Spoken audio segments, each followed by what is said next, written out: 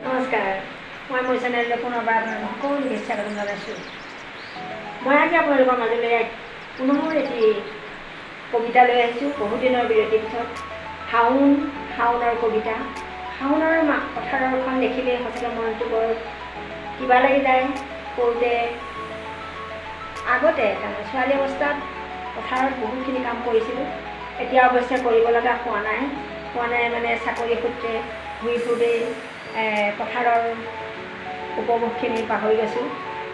পাহৰিব নালাগে অৱশ্যে, আমি যিহেতু কৃষক খেতিয়কৰে মানুহ, গতিকে আমি কৃষক খেতিয়কসকললৈ মই মৰম পঠাইছোঁ।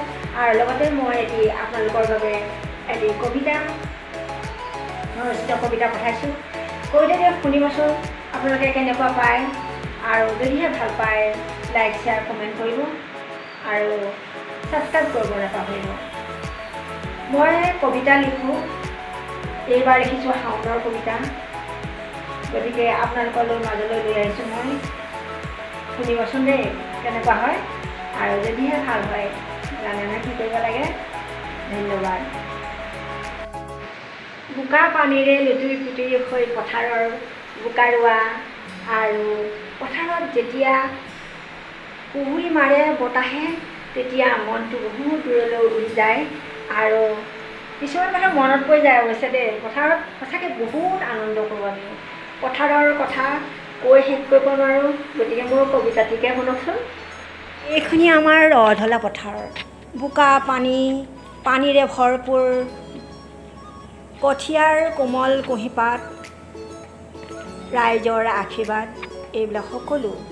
এয়া চাওকচোন পথাৰখন কেনেকৈ আকাশখনে চুইছে আৰু সৌন্দৰ্য বঢ়াইছে। তাৰ মাজেদি এটি সুন্দৰ সোণোৱালী পথ, তাৰ বাবে আমি ৰৈ থাকোঁ সদায়। এয়া চাওক এখনি সুন্দৰ পথাৰ। নমস্কাৰ, মই মোৰ কবিতাটি আৰম্ভ কৰিবলৈ লৈছোঁ। মোৰ কবিতাৰ শিৰোনাম শাওনৰ গীত। মোৰ কবিতাৰ শিৰোনাম শাওনৰ গীত।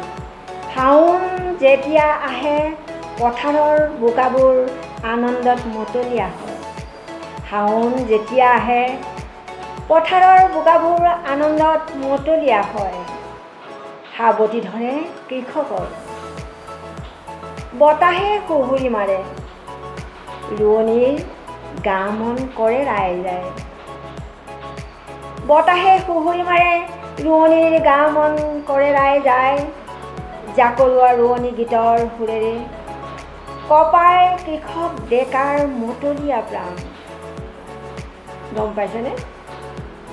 শাওন আহে কুমলীয়া কঠীয়াৰ ৰসতে কথা পাতে, হৃদয় জাগে, আহিব মোৰ জীৱনৰ আঘোণ, পূৰণ হ'ব মোৰ আশাৰ হেঙুলি সপোন। এয়াই শাওন, এয়াই মোৰ শাওনৰ কবিতা। আপোনালোকে যদি সঁচাকৈয়ে ভাল পাইছে তেতিয়াহ'লে লাইক শ্বেয়াৰ কমেণ্ট আৰু ছাবস্ক্ৰাইব কৰিব নাপাহৰিব দেই।